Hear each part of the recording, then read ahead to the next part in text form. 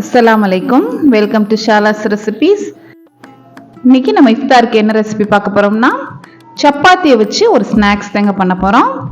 நல்லா மேலே கிறிஸ்பியாகவும் இல்லை சூயாகவும் இருக்கும். வாங்க எப்படி செய்யலாம்னு பார்க்கலாம்.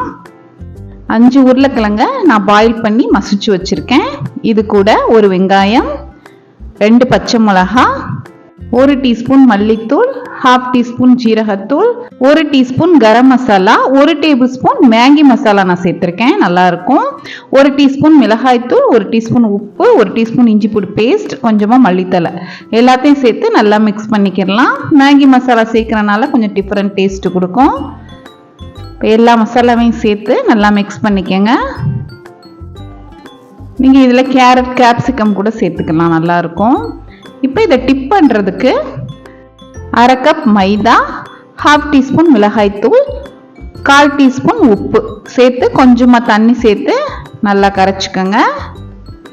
மைதா வேண்டாம்னு நினச்சிங்கன்னா நீங்கள் கார்ன்ஃப்ளவர் கூட நீங்கள் இந்த மாதிரி மிக்ஸ் பண்ணி வச்சுக்கலாம். கன்சிஸ்டன்சி இந்த மாதிரி இருக்கணும். லெஃப்ட் ஓவர் சப்பாத்தி நான் எடுத்திருக்கேன். இதை நம்ம இப்போ நீளமாக ஸ்லைஸாக கட் பண்ணணும். சமோசா ஷீட்டை சின்ன சின்ன பீஸாக கட் பண்ணி மேலே கோட் பண்ணுவாங்க. அதுக்கு பதிலாக நான் இன்னைக்கு சப்பாத்தியை கோட் பண்ண போகிறேன். கண்டிப்பாக ட்ரை பண்ணி பாருங்கள். நல்லா கிறிஸ்பியாகவும் சாப்பிட்றதுக்கு அருமையாகவும் இருக்கும். நல்லா அந்த மாதிரி தின்னாக கட் பண்ணிக்கோங்க, நீளமாக. எவ்வளோ மிக்ஸ் பண்ணி வச்சுருக்க உருளைக்கிழங்க எந்த அளவுக்கு நீங்கள் சைஸ் வேணுமோ அந்த அளவுக்கு நீங்கள் உருண்டையாக எடுத்துக்கோங்க. நான் இந்த ஷேப்பில் எடுத்திருக்கேன். இது நம்ம மிக்ஸ் பண்ணி வச்சுருக்க மைதாவில் ஃபஸ்ட்டு டிப் பண்ணிடலாம்.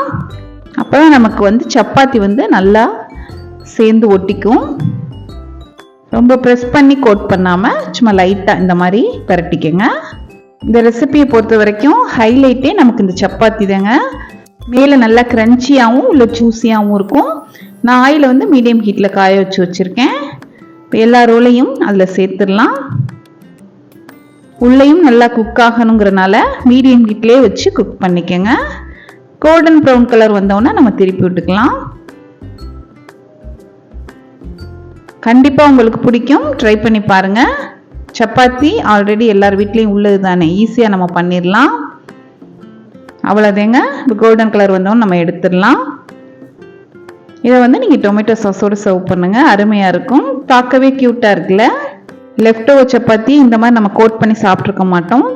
கண்டிப்பாக சாப்பிட்டு பாருங்கள், அவ்வளோ அருமையாக இருந்தது. நீங்களும் ட்ரை பண்ணி பார்த்துட்டு எப்படி இருக்குன்னு எனக்கு கமெண்ட் பண்ணுங்கள். இந்த ரெசிபி உங்களுக்கு பிடிச்சிருந்துச்சுன்னா லைக் பண்ணுங்கள், ஷேர் பண்ணுங்கள், சப்ஸ்கிரைப் பண்ணுங்கள். இன்ஷா அல்லாஹ் நெக்ஸ்ட் வீடியோவில் பார்ப்போம். தேங்க்ஸ் ஃபார் வாட்சிங். பாய்.